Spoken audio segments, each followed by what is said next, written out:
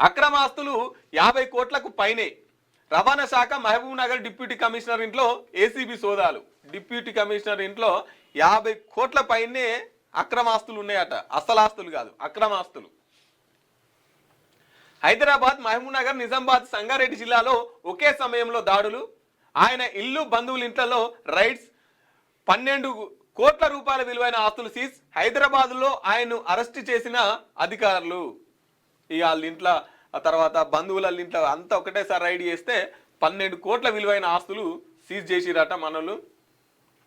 ఆదాయానికి మించిన ఆస్తులు కలిగి ఉన్నాడనే ఆరోపణలతో మహబూబ్ నగర్ జిల్లా రవాణా శాఖ డిప్యూటీ కమిషనర్ కిషన్ నాయక్ ఇంట్లో ఏసీబీ అధికారులు మంగళవారం సోదాలు చేపట్టారు. సికింద్రాబాద్, ఓల్డ్ బోయిన్పల్లి, ఆర్ఆర్ నగర్ కాలనీలో గల ఆయన ఇంటితో పాటు 12 ప్రాంతాల్లో ఏకకాలంలో ఈ సోదాలు జరిగాయి. హైదరాబాద్, మహబూబ్ నగర్, నిజామాబాద్, సంగారెడ్డిలో ఆయన బంధువుల ఇంట్లో, మిత్రుల, వ్యాపారుల భాగస్వాముల ఇళ్లలోనూ ఏసీబీ బృందాలు సోదాలు నిర్వహించాయి. ఈ తనిఖీల్లో భారీగా అక్రమాలు వెలుగు చూడడంతో ఏసీబీ అధికారులు ఒక్కసారి షాక్ అయి ఉంటారు.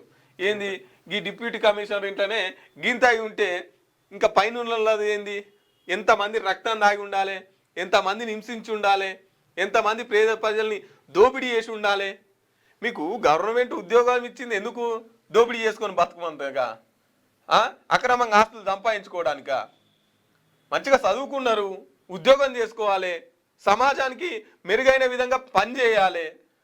ఇక మీరే గిసొంటి దందాలు చేస్తే ఇంకా మీతో ఎట్లా చేయాలి? ఇప్పుడు వాళ్ళ పైన చర్యలు ఏమన్నా ఉంటాయా అంటే నామమాత్రంగానే ఉంటాయి. ఏముంటాయి? సస్పెండ్ చేస్తారు, మళ్ళీ 6 నెలల తర్వాత యథావిధిగా ఆయన ప్లేస్లో ఆయనే కూర్చుంటాడు, కథం మళ్ళా దందా షురు.